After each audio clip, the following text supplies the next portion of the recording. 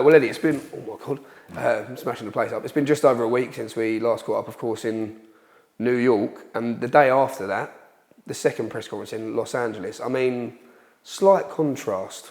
What was your thoughts on the second presser? Yeah, I think, sometimes when you do the first press conference, you could see Edgar sort of lean in and tell Canelo a few bits. And, I think that if you're Edgar Berlanga, you want to stick it on Canelo Alvarez. The last thing that you should want, and the last things that the fans should want, is just like a appreciation society for Canelo Alvarez. Oh, thank you so much for the opportunity. No, I'm going to go in there, stick it on you, and knock you out. And I think Edgar did that brilliantly in Los Angeles. Canelo's not really the kind of guy that I think is going to get unsettled, but you want to let him know that you're for real, and don't think that you're going to come and steamroll me. I'm here in the opportunity of my life, for Brooklyn, for Puerto Rico, for my family, to become a great. So don't disrespect me and think this is easy work, because September 14th, we're going to go to war. And I love what I saw from Edgar, and I think the fans do as well. Like, we have to remember as well, this is theatre among sport. So this shouldn't just be a, thank you, Canelo, oh, I'm so lucky that you picked me. It's no, I'm going to stick it on you and knock you out and cause an upset on September 14th. And I thought the presser was great. Since Canelo has been, I think he's probably spoken English for a lot longer than he's let on.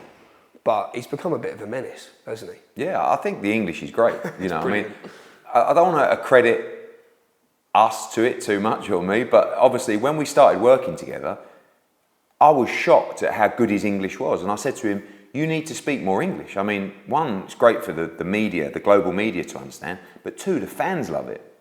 And, it's really coming off the back of the Billy Joe Saunders fight with Demetrius Andrade, at the press conference, that people just love hearing Canelo talk trash in English.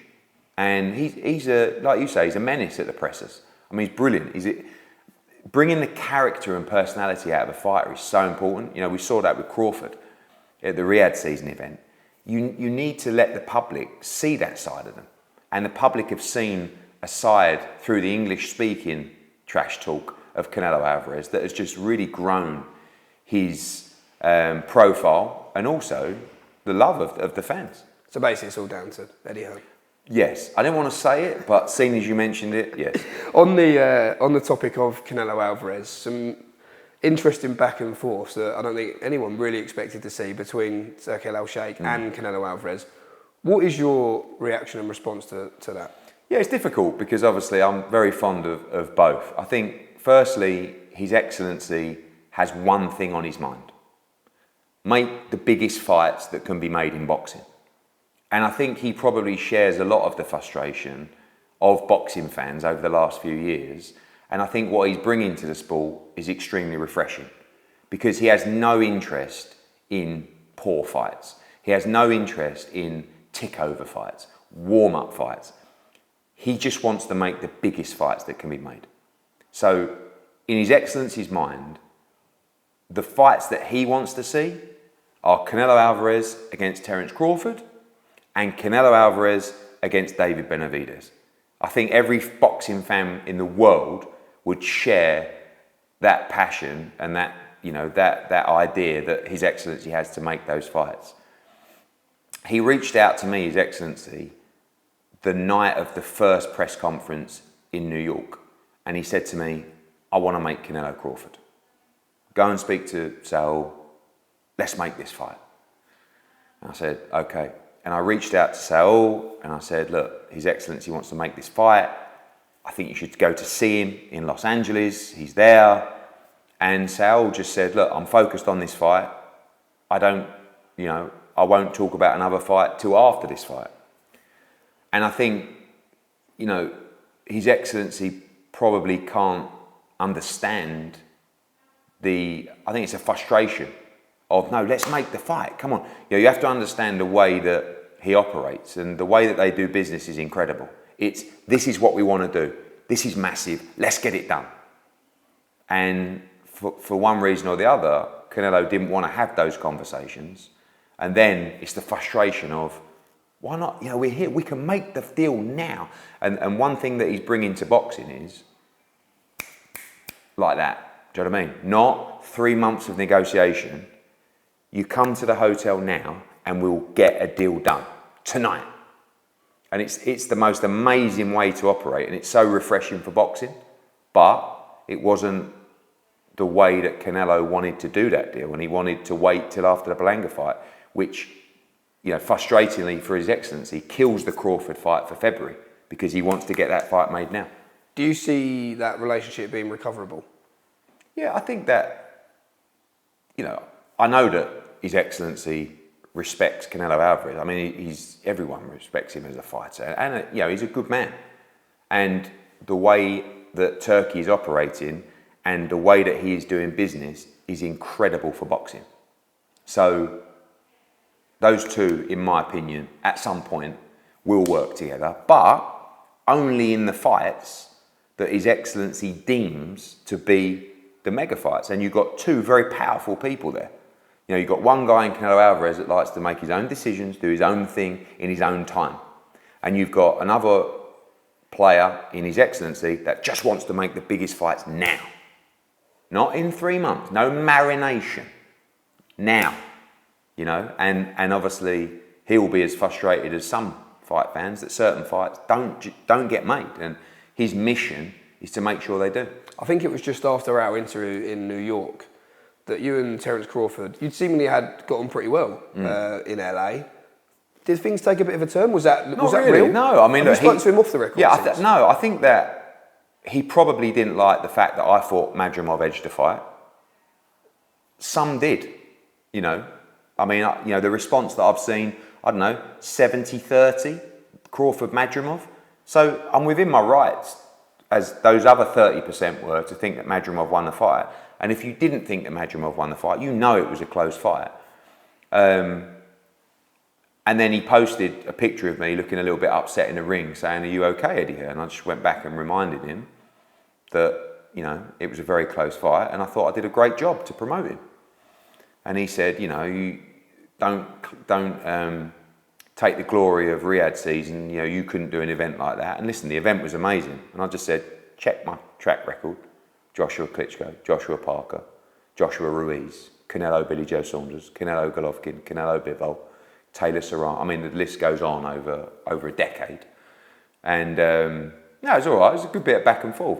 You know, I think me and Terence are a good double act. You know, whether he wants me to be part of the act or not, I think it's been good for both of us. You know, I think people have seen that side of Terence Crawford. I think the promotion was incredible from us, from Sella, from Riyadh season. It was a team effort to create an incredible event. I think his profile went through the roof off the back of that, and it was a great night for Terence Crawford and a great victory. But I'm also always going to tell you, speak my mind. I'm not just going to, you know, sugarcoat what I think happened. I thought Madrimov edged the fight in a very close fight. But congratulations to him, and hopefully we can work together in the future. Revenge in darts as well on your mind? No, the darts is the darts. You know, I mean, when we saw the other video about the fact that he has his own darts league, he spent thousands on his own darts. You can't make excuses now. No, but it's just, you know, it just softened the blow. Okay. Talk about Paris, the Olympics. How was your experience? Incredible. Had a couple of days in Paris. You know, we work in a business that is heavily dictated by money over legacy. Money over dreams, money over glory.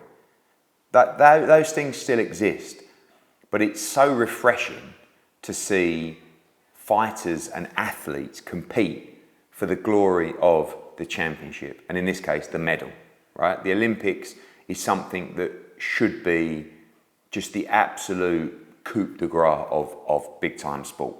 Amateur, professional, you know, you talk about the greats like Oscar de la Hoya saying, this, by far, the biggest moment of my sporting life was winning Olympic gold, right?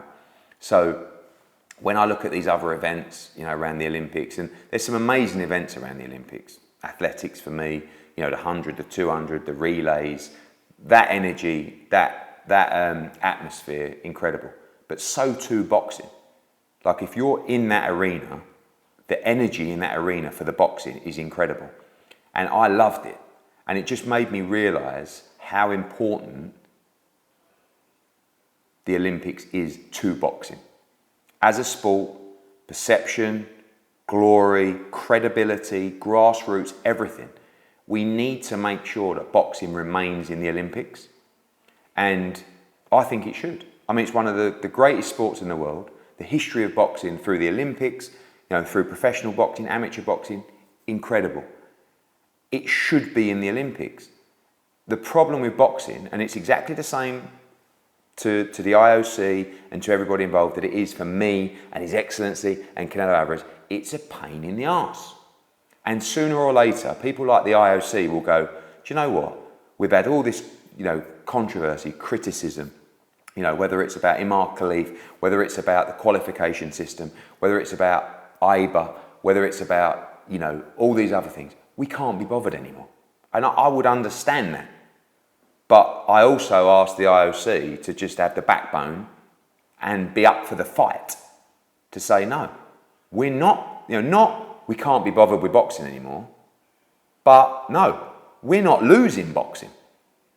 That's the mindset that I want them to have. And if we can help in any way, I'd be up for that fight as well. Because for amateur boxing, that is the ultimate, right? And for fighters that come out of there, that go into the professional ranks, incredible development, incredible profile. The funding system of GB boxing is amazing. Go to Sheffield, look at the opportunities for young fighters. Kids coming through, walking through the doors of amateur boxing clubs, winning ABA championships, boxing for England, getting on the GB squad. That's, there has to be a route for everybody. And you look at the great fighters that have won golds and been a part of the Olympic system, it would be a travesty to not have boxing in the Olympics. And we must make sure it stays. So would you be willing to reach out to all the big players in the sport and try and come at the together moment, to make a difference? I don't even understand all the politics of amateur boxing. It's pretty clear. You've got the IOC, you've got IBA, you've got the World Championship. You can't enter this. If you go in this, you can't go in the Olympics, etc. But the IOC and the Olympics is big enough, to, in my opinion, take more of a footing and control of the sport. I have to understand it more. But I hate the idea of it's a pain in the arse, let's just bin it. Because it doesn't have to be like that. It's one of the greatest sports at the Olympics. And it's so important to the sport. So let's not just say, I can't be bothered with it anymore. Let's say, no. We'll find a way. Let's be bothered with it. Because a lot of people are bothered with it. And it's so important that it stays in Los Angeles in 2028 and beyond. So, like I said, if I can give my time, if anybody, if we can find a way, a path together to try and maintain its position, I think it's really, really important.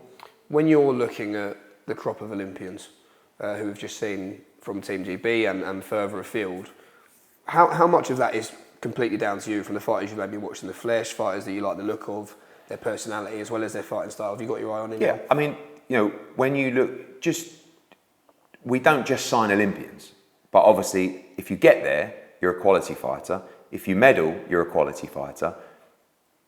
And if you've had that platform globally, especially if you go deep in the tournament, a great kickstart for your career. I had, numerous meetings in Paris with young fighters and their families and their coaches. And, I won't tell you all the names that I had meetings with and who I had my eye on, but there were some very, very good fighters from America, from Mexico, particularly, of course, from Uzbekistan, who picked up 5 golds. Quite incredible.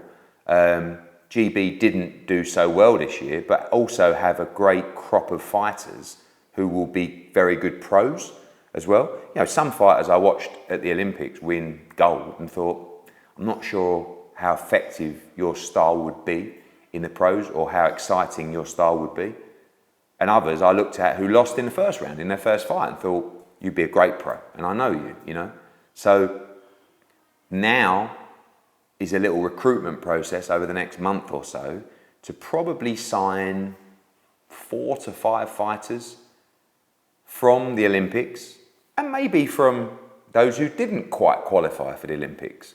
Because, you look at fighters like, Callum Smith's a great example. Didn't qualify for the Olympics, probably should have qualified for the Olympics, but didn't. Went on to become Ring Magazine World Super Middleweight Champion, and a lot of other fighters that didn't quite make the Olympics that have become great pros. So the answer to your question is, got my eye on a lot of fighters who were at the Olympics, and will continue those conversations and make some announcements about those signings in the coming weeks. When you talk about the future of UK boxing, GB boxing, amateur and pro, obviously so much attention has been in Riyadh and it's been on the show in LA, but a big September, firstly of course a big night at Wembley, followed by a new revitalised show in Sheffield the week after. Yeah, I mean September is a huge month for us in general. You know, we have September 13th in Mexico, September 14th Canelo against Berlanga, September 21st Joshua against Dubois, Riyadh season, Wembley, which is going to be incredible. Josh Warrington, also of course for Kakachi and others as well. September 28th, as you said, Sheffield now, Dalton Smith going for the European title, Johnny Fisher in a great fight with Rudenko, Terry Harper against Rhiannon Dixon for the world title as well, big show in Sheffield. And then you go into October, you know, October 12th, Bivol Beterbiev, of course, Riyadh season, some other matchroom fighters on the card there to be announced soon. And then you go October 24th for the rescheduled Prograis against Catterall card at the Co-op in Manchester. So a massive couple of months coming up, and you know we've got to really maintain that position all round. You know, big shows, of course, in the UK, in America for Riyadh season, the Olympics. You know, keep investing in grassroots boxing. So there's so much work to do, but we're in a great spot. And in terms of towards the end of the year, when you look at potential matchups, one that's been spoken about recently quite a lot is Sonny Edwards against Galal Yafai. Any developments? Not done, but love the fight, you know, and it's a fight that I really want to make badly because it's a bad blood, all British fight with two world-class fighters. And yeah, I'm working hard to get that over the line, and hopefully we'll have an announcement on that soon. And then by next year you'll be MP for Brentford? Well, we'll see about that. We've got a lot of work to do in boxing first. Are you actually considering that? No. Maybe.